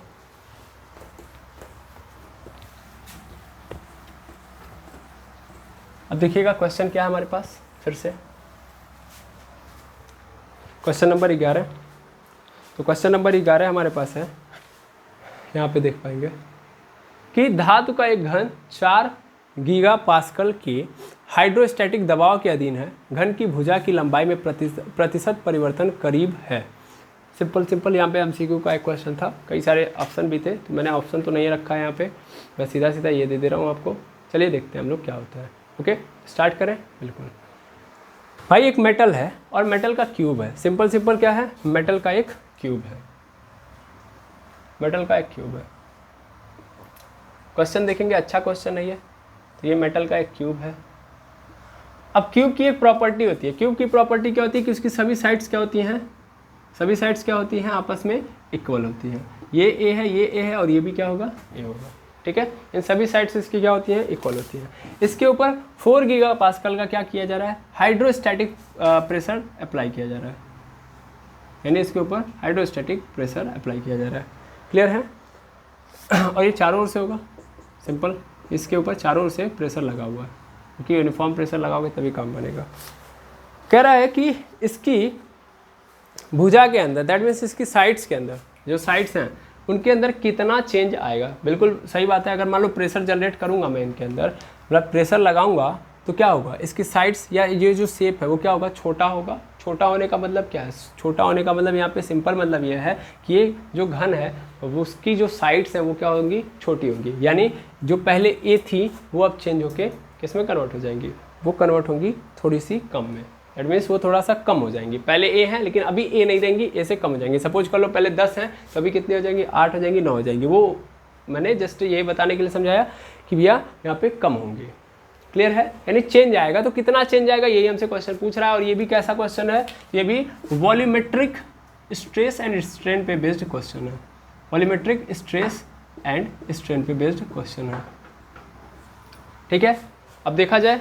बिल्कुल, तो क्वेश्चन में हमको ज़्यादा कुछ तो नहीं दिया है, बस ये दिया गया है कि प्रेशर कितना मैंने डाला हुआ है। तो प्रेशर मतलब सिग्मा की वैल्यू है, डायरेक्ट आप समझ लेंगे। वॉल्यूमेट्रिक स्ट्रेस एंड स्ट्रेन के कंडीशन में 4 गीगापास्कल अगर दिया गया तो इसका मतलब पास्कल में दे दिया तो 100% वो सिग्मा की वैल्यू है। अब यहाँ पे 4 ऐसे रहेगा, गीगापास्कल मतलब 10 पे पावर 9, यानी क्या हो गया 4 × 10 पे पावर 9 पास्कल। ठीक है, बिल्कुल, ये हो गया सिग्मा की वैल्यू। तो सिग्मा की वैल्यू हमारे पास ये आ गई। दूसरा हमको क्या दिया है, बी की वैल्यू दिया है। तो बी इज इक्वल टू कितना लिखा था, 8 × 10 पे पावर 10 पास्कल। ठीक है ना, गीगापास्कल में 10 पे पावर 9। ओके, तो सिग्मा दिया है, बी दिया है, हमसे पूछ रहा है कि लंबाई में कितना परिवर्तन आएगा भुजा के या साइड्स के। तो हमको पता है कि जो एप्सिलॉन होता है वो एप्सिलॉन क्या होता है sir, delta V upon B. पहले कितना था अब कितना है, ये सर नो, पहले कितना था अब कितना है। क्लियर है, बिल्कुल। हमको पता है कि अगर हम यहाँ पे रख भी दें यानी sigma is equal to B into epsilon, अभी जस्ट पीछे देख के भैया तो सिग्मा की वैल्यू पता है, बी की वैल्यू पता है, ई की वैल्यू नहीं पता है। क्या हम ई की वैल्यू निकाल सकते हैं? बिल्कुल, यहाँ से आप निकाल लो। सिग्मा की वैल्यू कितनी है? सिग्मा की वैल्यू है हमारे पास 4 इंटू 10 पे पावर 9, पहले निकाल लो। बी की वैल्यू कितनी है? तो वो है 8 इंटू 10 पे पावर 10, 8 इंटू 10 पे पावर 10 इंटू एप्सिलॉन। इसको इधर भेज दो तो क्या मिल गया हमको? ई इज इक्वल टू यहाँ पे मिल जाएगा 4 इंटू 10 पे पावर 9 अपॉन 8 पे पावर 8 इंटू 10 पे पावर 10 आया। अब यहाँ से डिवाइड कर दो, दैट मीन्स क्या हो जाएगा 4 1 जा 4, 4 2 जा 8, यही होगा। और यहाँ से क्या हो जाएगा? यहाँ से 9 से तो 9 कैंसिल हो जाएगा, लेकिन बच जाएगा हमारे पास क्या? हमारे पास बच जाएगा, अभी देखो क्या बचेगा। एप्सिलॉन इज इक्वल टू हमारे पास क्या आ जाएगा? 1/20, सीधा मतलब है। एप्सिलॉन इज इक्वल टू क्या मिल गया हमको? 1/20। कैसे? यहाँ पे 10 बचा, यहाँ पे 2 बचा, तो 1/20। तो एप्सिलॉन की वैल्यू ही आ गई। और एप्सिलॉन मतलब होता क्या है कि कितना परिवर्तन हुआ बटा कितना पहले था, और हम लोग माइनस लगाते हैं। अच्छा देखिए, इससे पहले वाले क्वेश्चन में हम लोगों ने माइनस लगाया लेकिन कहीं आगे नहीं बढ़ाया। आप आगे बढ़ा भी लीजिएगा, लेकिन हमको क्या करना है? बी की वैल्यू निकालें, और बी हमेशा प्लस और माइनस में थोड़ी ना होता है, प्लस माइनस में नहीं ना होगा। स्ट्रेस भी आपका क्या होगा? पॉजिटिव और नेगेटिव की कहानी नहीं लेके चलेगा, स्ट्रेस स्ट्रेस होगा, सिंपल सिंपल। तो इसलिए हम लोगों ने आगे नहीं बताया, सिर्फ और सिर्फ ये डिनोट कर दिया कि भैया यहाँ पे कम हो रहा है, ठीक है। अच्छा, अब यहाँ पे इसकी वैल्यू कितनी आ गई? 1/20, बिल्कुल।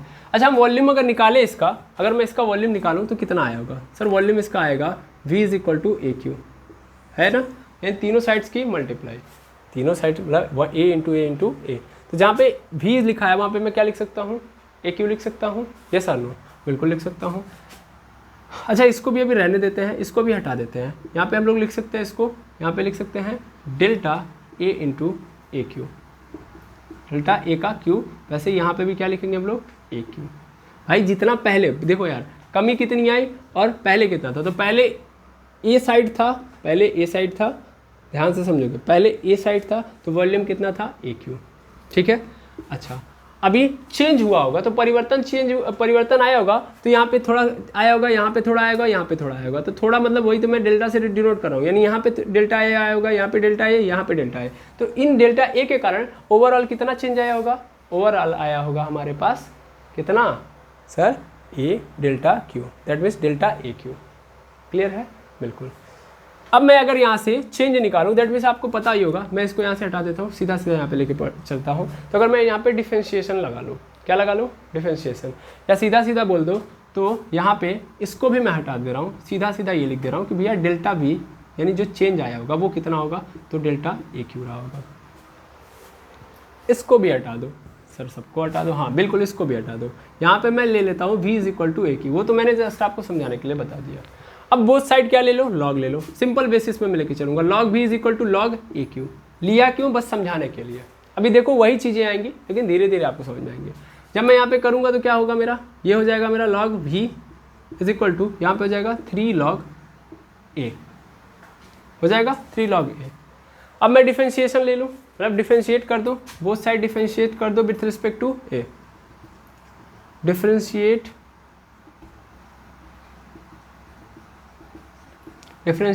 Both side with respect to a, क्योंकि चेंज किस में आ रहा है फिलहाल में हम देखेंगे, तो a में आ रहा है तो इसलिए a लेंगे विथ रिस्पेक्ट टू a।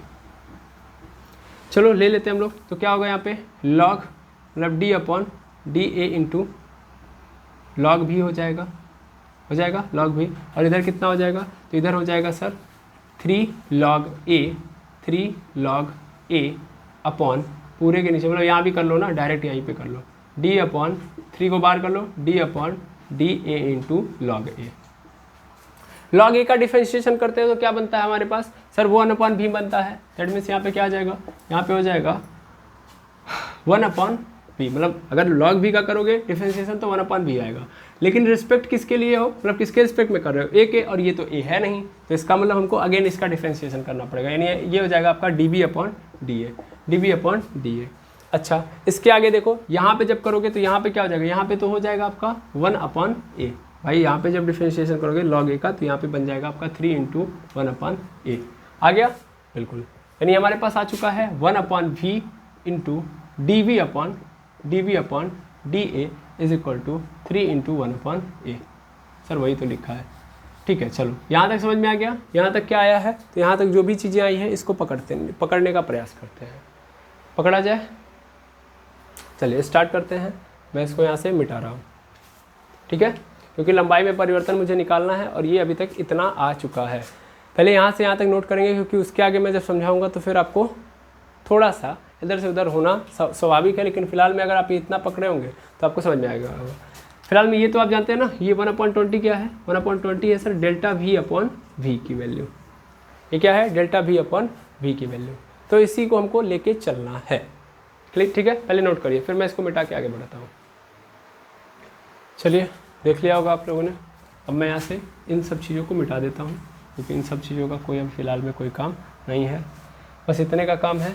यहाँ पे देखिएगा भाई, DA को उधर कर दो और V को इधर कर दो, that means DB upon V हो जाएगा इज इक्वल टू क्या हो जाएगा यहाँ पे 3 इंटू DA अपॉन A। अब ये क्या लाया मैंने, देखिए मैं चाहता तो वहाँ से डायरेक्ट लेके आ जाता, यहाँ से डायरेक्ट लेके आ जाता, लेकिन आपको ये नहीं समझ में आता कि 3 में कहाँ से नीचे लाए हो, इसीलिए मैं इस तरीके से लेके आया हूँ। अब DB आपको भी पता है कि V का बहुत छोटा पोर्सन है, और यहाँ पे DA आपको भी पता है कि A का बहुत छोटा पोर्सन है। मैंने ये माना हुआ है, मैंने ये अज्यूम किया है, क्या अज्यूम किया है भाई, मैंने ये अज्यूम किया है कि भाई जो वॉल्यूम है पहले जो वॉल्यूम था और जो चेंज आया है वो एक्चुअल में कितना आया है, बहुत छोटा सा। तो बस चेंज तो आया है ना भाई, डेल्टा V मतलब चेंज आया है, मैंने उसको एज्यूम कर लिया छोटा चेंज आया है, तो वही छोटे चेंज के रिस्पेक्ट में मैं देख रहा हूँ। भाई बस समझ में।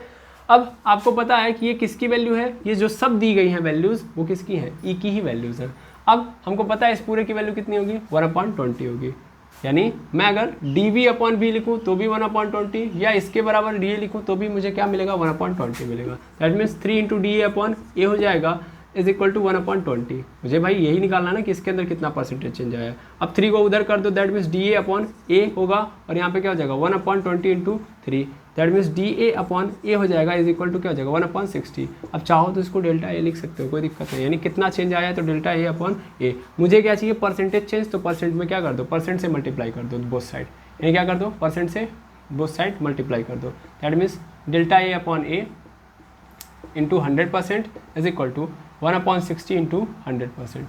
हो गया, इसको सॉल्व कर लो, अपने आप आपको आंसर मिल जाएगा, अपने आप, हाँ बिल्कुल, 10/6 हो जाएगा। 10/6 मतलब 6 1 जा 6, और उसके बाद हमारे पास आ गया 6 6 जा 36, फिर 6 6 जा 36, यानी 1.67%। ये हमारे पास आ गया, कितना वृद्धि आया, तो इतना वृद्धि आया, यानी ये जो चेंज आया है वो कितने का आया है, 1.67% का आया है, ठीक है ना। यानी change in volume is 1.67% of actual value। Clear है, बिल्कुल, तो इतना चेंज आया है। इस तरीके से आप लोगों ने इस क्वेश्चन को भी सॉल्व कर लिया। कैसे किया गया आप लोगों ने समझ लिया, बिल्कुल डिफरेंशिएट करके सीधा सीधा काम किया। अब मैं यहाँ से मिटा देता हूँ सबका सब, क्योंकि अब हम आ चुके हैं क्वेश्चन नंबर 10 के पास, सॉरी 12 के पास।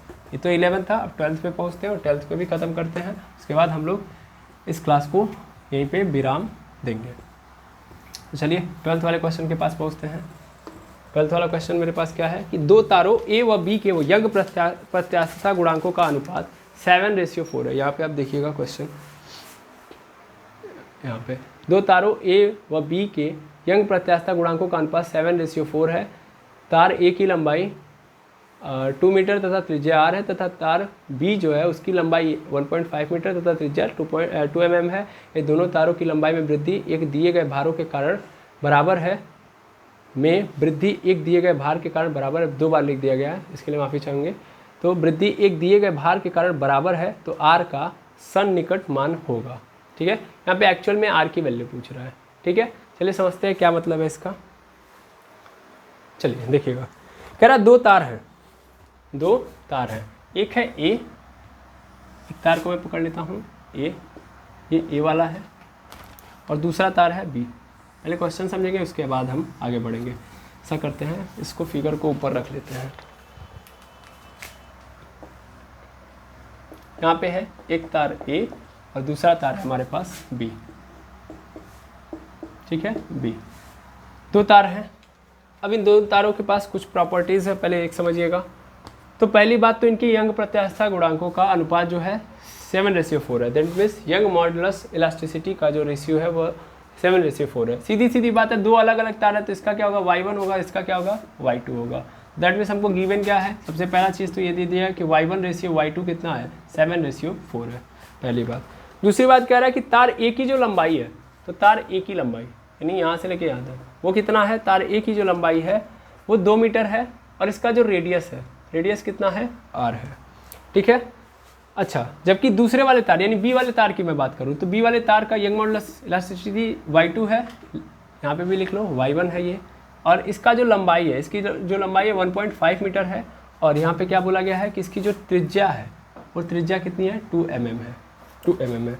ये दोनों की तारों की लंबाई में वृद्धि एक दिए गए भार के कारण बराबर है, तो मतलब दोनों के अंदर सिंपल, दोनों तारों के अंदर जो वृद्धि आ रही है वो क्या आ रही है, बराबर आ रही है। कोई भार दिया गया है, ठीक है, उसके कारण बराबर आ रही है। तो यहाँ पे क्वेश्चन पूछ रहा है कि आर की वैल्यू क्या होगी। यहाँ पे हमसे क्वेश्चन क्या पूछ रहा है, आर की वैल्यू क्या होगी। क्वेश्चन यही दिया गया है, जो दिया गया है यही है। तो गिवन क्या क्या है, तो यहाँ पे ये अलग है, ये अलग है, तो इसलिए मैं बारी बारी अगर लिखना चाहूँ तो length of wire A is equal to 2 metre, radius of wire A R, फिर यहाँ पे इस ऐसे बी का भी लिख सकते हैं, रेडियस और लेंथ। लेकिन हम लोग क्या करेंगे, अलग अलग तरीके से करेंगे। जैसा कि आप सभी लोगों को पता है कि यहाँ पे हमको क्या मिला है, हमको यहाँ पे अगर हम लेके चले इस क्वेश्चन को तो यहाँ पे क्या होगा, F upon A is equal to क्या हो जाएगा sir, F upon A is equal to यहाँ पे मिल जाएगा हमको, F upon A is equal to हमको मिल जाएगा y1 यहाँ पे कितना इंक्रीजमेंट आएगा, क्योंकि यहाँ पे हमको लोड लगाना है, तो मैं मान लूँगा L1 आएगा, और पहले कितना था तो मान लूँगा L1 था। ठीक है, ये ऐसे यहाँ पे भी करूँगा। अच्छा, यहाँ पे भी क्या होगा, F1 और A1 भी होगा, यानी F1 और A1। यहाँ पे मान लेता हूँ कि फोर्स F2 लगा रहा हूँ, तो यहाँ पे कितना आ रहा है, A2 आ रहा है, A2 आ रहा है बराबर, यहाँ पे क्या है y2 है, और यहाँ पे क्या है L2 अपॉन L2 है। ये स्मॉल L2 और ये कैपिटल L2। क्या है स्मॉल और L कैपिटल, आपको समझ में आ रहा होगा। अब मुझे पता है कि इसकी वैल्यू मतलब इनका और इनका रेशियो दिया गया है। इनका और इनका रेशियो देने का मतलब क्या है कि इसको इसके नीचे भेज दो, एडमेस क्या हो जाएगा, ये F1। लेकिन पहले आप लिख तो लो, कुछ चीज़ें समझ भी तो लो। जैसे यहाँ पे F1 और A1 दिया गया है और L1 और कैपिटल L1 दिया है, तो यहाँ पे क्या लिखा गया, कह रहा है कि एक दिए गए भार के कारण, एक दिए गए भारों के कारण बराबर है। यहाँ पे लिखा गया कि दोनों तारों की लंबाई में जो वृद्धि है एक दिए गए भार के कारण बराबर आ रही है। तो यहाँ पे एक बात तो क्लियर करनी पड़ेगी आपको कि यहाँ पे मैंने क्या किया है, यहाँ पे ऐसे लटकाया होगा, लटकाने के कारण मतलब क्या आया होगा, इनके अंदर जो वृद्धि आ रही है दोनों की क्या आ रही है, बराबर हो रही है। वृद्धि बराबर होने का मतलब यहाँ पे ये बोल दिया कि L1 बराबर है L2 के। यस और नो, बिल्कुल। और यंग मॉडुलस ऑफ इलास्टिसिटी कितनी दे दी गई है, 7:4 है। ठीक है, चलो पहले कैलकुलेट करके देखते हैं। अब आपके मन में जो क्वेश्चन उठना चाहिए वो ये होना चाहिए कि F1 और F2 क्या होगा। ठीक है, तो F1 और F2 क्या होगा इसके बारे में हम आगे देखेंगे, जहाँ पे यहाँ पे मैं एज्यूम करूँगा कि F1 और F2 भी क्या है, आपस में बराबर है। F1 और F2 भी आपस में क्या है, बराबर है। फिलहाल में आपको एज्यूम करना पड़ेगा, अभी मैं आगे जाके समझा दूँगा आपको। तो चलिए अगर मैं स्टार्ट करूँ यहाँ पे तो क्या क्या मुझे मिल जाएगा। तो सबसे पहली बात तो F1 है अपॉन A1 है, ये दोनों नहीं मिला हुआ है हमको, क्योंकि यहाँ पे A1 मतलब आपको भी पता है कि यहाँ पे हो जाएगा आपका यहाँ पे R रेडियस है, that means pi R square होगा, और R की जगह पे रेडियस की जगह पे कैपिटल आ रहा है तो कैपिटल R का स्क्वायर। Y1 नहीं पता, L1 सर L1 बराबर है L2 के, वृद्धि तो दी नहीं गई है तो इसमें हमको लेना देना है नहीं, आगे जाके कटने वाला ये। और L1 मतलब जो इसकी एक्चुअल लंबाई वो कितनी है, 2 मीटर है। जबकि यहाँ पे मैं अगर आऊँ तो यहाँ पे मुझे F2 नहीं पता, क्योंकि F1 भी बराबर है F2 के। और A2 पता है क्या, बिल्कुल यहाँ पे पता हो जाएगा, क्योंकि यहाँ पे हमको पता है कि पाई R स्क्वायर होने वाला है, पाई इंटू R स्क्वायर, और R की वैल्यू कितनी दी गई है, R की वैल्यू हमको 2 mm दी गई है। 2 mm मतलब 2 इंटू 10⁻³ 2 इंटू 10⁻³ मीटर। ठीक है, तो हम लोग क्या करेंगे, R स्क्वायर मतलब 2 इंटू 10⁻³ यानी 10 पे पावर क्या हो जाएगा, डायरेक्ट 6। R स्क्वायर मतलब ये हो जाएगा। ठीक है, बिल्कुल। अब यहाँ पे क्या हो जाएगा, यहाँ पे हो जाएगा 4 पाई इंटू 10⁻⁶। तो डायरेक्ट मैं यहाँ पे ये पुट कर दूँ, बिल्कुल। तो डायरेक्ट मैं एरिया यहाँ पे पुट कर दूंगा 4 pi into 10⁻⁻6 is equal to, यहाँ पे y2 L2 दिया ही नहीं गया, आगे कट जाएगा। और यहाँ पे कैपिटल L2 यानी लंबाई कितनी है, तो 1.5 मीटर है, ले लिया। अब यहाँ से क्या करूँ, सॉरी ये मल्टीप्लाई में नॉट उसमें है, इक्वल में है। हम क्या करेंगे, इसको उठा के इसके नीचे कर देंगे और इसको उठा के इसके नीचे कर देंगे तो क्या होगा, F1 upon pi R square upon पूरे के नीचे क्या हो जाएगा, ये डायरेक्ट ऐसे कर दो, F1 में मल्टीप्लाई हो जाएगा 2 मीटर से, या 2 डायरेक्ट लिख लो, और यहाँ पे मल्टीप्लाई हो जाएगा L1 से, ये हमारा y1 हो जाएगा। ऐसे ही यहाँ पे भी क्या हो जाएगा, F2 में मल्टीप्लाई हो जाएगा 1.5m से, यानी 1.5 से, और पूरे के नीचे क्या हो जाएगा 4 पाई इंटू 10⁻⁻6, और ये क्या हो जाएगा y2। हमको पता है इन दोनों का रेशियो, तो रेशियो मतलब y1/y2 है ना, यानी यहाँ पे खेल ऐसे चलेगा y1/y2। y1 कितना है, ये है पूरा, यानी F12 अपॉन पूरे के नीचे पाई r स्क्वायर इंटू L1, और पूरे के नीचे क्या हो जाएगा, पूरे के नीचे y2, तो y2 मतलब इसी को पलट के लिख दो, इसी को पलट के लिख दो, तो क्या हो जाएगा 4 पाई इंटू 10⁻⁻6 अपॉन पूरे के नीचे F2 इंटू L1। और देखो नॉट F2, यहाँ पे F2 इंटू 1.5 पलटा हूँ ना मैं, तो पलट दिया मैंने, ये आ गया। अच्छा यहाँ पे मैंने पलटते पलटते ये नहीं यहाँ पे लिखा, क्या नहीं लिखा, L2 नहीं लाया, तो यहाँ पे क्या रहेगा, L2 भी रहेगा। अब देखो L2 से L2 तो कैंसिल हो जाएगा, L2 से L1 खत्म, क्योंकि L1 और L2 बराबर है, तो L1 से L2 खत्म हो जाएगा, F1 से F2 भी खत्म। और उस पूरे की वैल्यू कितनी दी गई है, इस पूरे की वैल्यू दी गई है भाई, इस पूरे की वैल्यू दी गई है 7/4, 7/4 मतलब 7/4, पाई से पाई कैंसिल हो चुका है बिल्कुल। अब जो बचा है उसको देख लेते हैं हम लोग, जो मेरे पास बचा है, मैं इसको साइड में मिटा देता हूँ। अब देखिएगा क्या आएगा मेरे पास, फटाफट यहाँ पे आएगा मेरे पास 2 अपॉन, यहाँ पे आ गया r स्क्वायर इंटू, यहाँ पे बचा है मेरे पास 4 इंटू 10⁻⁻6, यहाँ पे क्या बचा है भाई, यहाँ पे बचा है 1.5, और इधर क्या बचा है 7/4 बचा है, बिल्कुल 7/4 बचा है। और तो कुछ नज़र नहीं आ रहा है, बिल्कुल नहीं नज़र आ रहा है। अब देखिएगा 2 4 जा 6, यानी यहाँ पे क्या जाएगा 1/r square is equal to, not is equal to sir 1/4 2 जा 8 इंटू 10⁻⁻6 अपॉन पूरे के नीचे 1.5 इज इक्वल टू 7/4।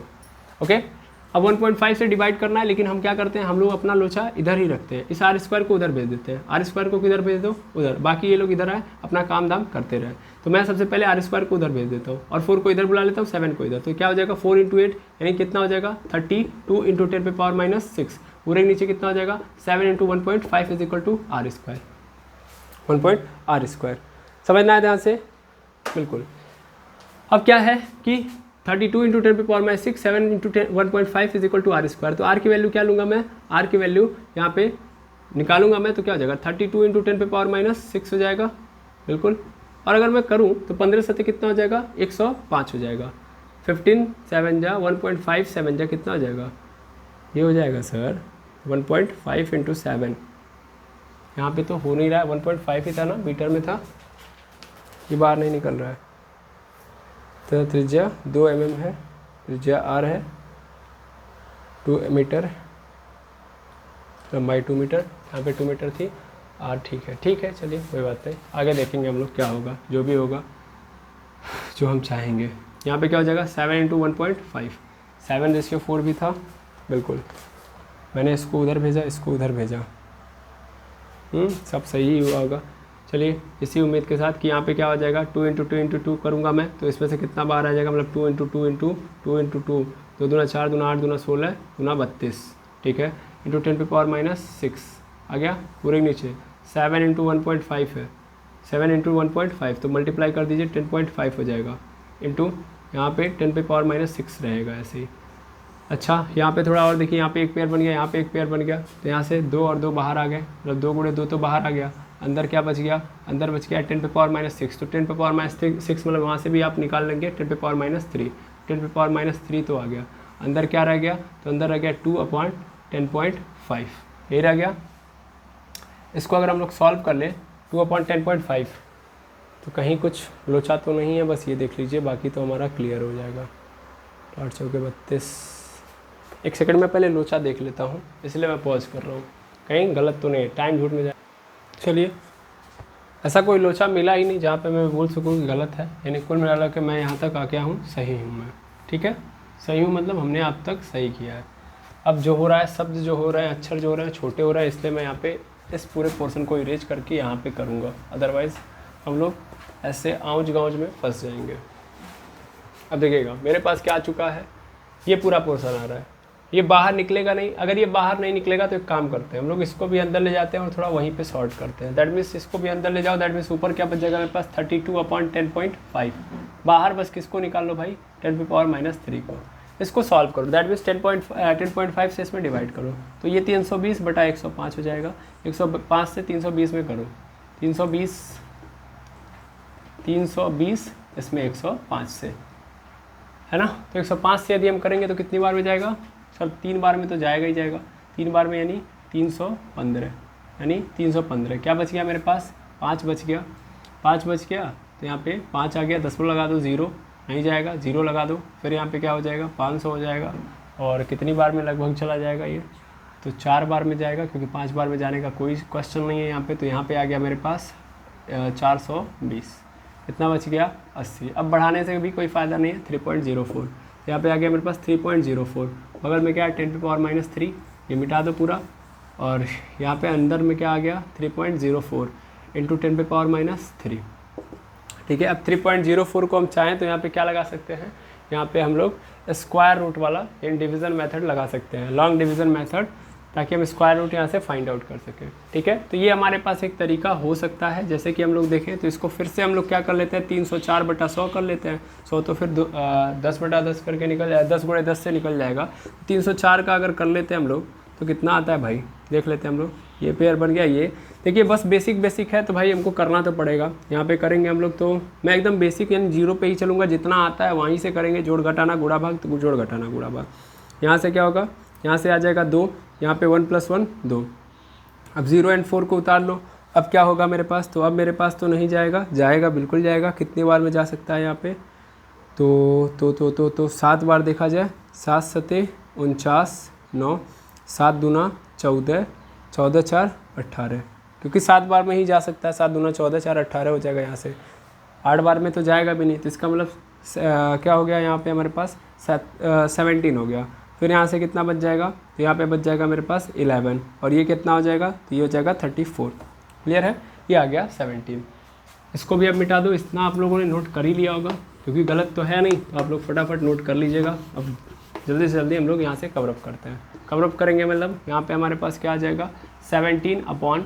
मतलब यहाँ पे अगर मैं लिखना चाहूँ तो क्या लिख सकता हूँ? 17 × 17। अभी फिलहाल मैं ऐसे मान के चलूँगा, मुझे पता है कि आगे और भी नंबर आने वाले हैं, क्योंकि देखिए यहाँ पे इतने में आंसर तो आएगा नहीं। पॉइंट लगाओगे 0 बढ़ेगा, तो मैं यहाँ पे 17 × 17 लेके चलूँगा, 1 पॉइंट तक लेके चलूँगा। यहाँ पे 10 × 10 अंडर रूट के अंदर बाहर कौन वेट कर रहा है? 10 - 3। यहाँ से ये पेयर, यहाँ से ये पेयर, क्या हो गया? 17/10। अप्रॉक्स में ही लेके चलना होता है ज़्यादातर। ये होगा, इससे मल्टीप्लाई कर दो, मतलब डिवाइड कर दो, तो 1.7 × 10⁻³ और ये किस में आया है? मीटर में आया है, क्योंकि सब मीटर में था तो ये मीटर में आएगा। अब 10⁻³ मीटर, मतलब सीधा सीधा बोल दो 1.7 mm। तो रेडियस कितना रहा होगा यहाँ पे? 1.7 mm। ये मिल गया हमको आर का मान। क्लियर है? कैसे आया? उस साइड दिख रहा था, बिल्कुल दिख रहा था, साफ था जी, बिल्कुल। थोड़ा छोटा हो गया, इसके लिए मैं माफ़ी चाहूँगा। यहाँ पे आप करते जाएंगे तो आपको मिल जाएगा। तो आर की वैल्यू यहाँ पे 1.7 mm आ गई। अब आपके मन में चल रहा होगा कि सर ये बताइए कि आपने F1 और F2 को सेम कैसे मान लिया? F1 और F2 को सेम कैसे मान लिया? एक्चुअल में यहाँ पे क्वेश्चन ने दिया ही है, लैंग्वेज उसका यही है, बस हम पकड़ नहीं पाएंगे तो दिक्कत होगी। देखिए पहला वाला जो वायर था, पहला वाला वायर वो कितने मीटर लंबा, वो कितना मीटर लंबा था? वो 2 मीटर लंबा था। जबकि दूसरा वाला जो वायर था वो कितना था? 1.5 मीटर लंबा था। ये कह रहा था मुझे फोर्स लगाना है और लंबाई बराबर रखनी है। मतलब मैं अगर फोर्स लगा रहा हूँ तो उस कंडीशन में जो लेंथ में इंक्रीजमेंट आ रही है वो क्या आ रही है? सेम आ रही है। तो यहाँ पे ये माना गया कि भाई जो फोर्स होंगे अगर वो सेम होंगे तभी जाके सेम इंक्रीजमेंट आ सकता है। ठीक है ना? सेम इंक्रीज तभी हो सकता है जब यहाँ पे फोर्स क्या होंगे? सेम होंगे। और यहाँ पे बोला भी था कि जो दिए गए भार हैं वो क्या होंगे? बराबर होंगे। अगर इसके बावजूद अगर आपको नहीं समझ में आ रहा है तो बताइएगा, मैं ज़रूर बताऊँगा। ओके, तो आज के लिए इतना ही, मिलते हैं नेक्स्ट वीडियो के अंदर। थैंक यू वेरी मच एमर्स। क्लियर है? बिल्कुल।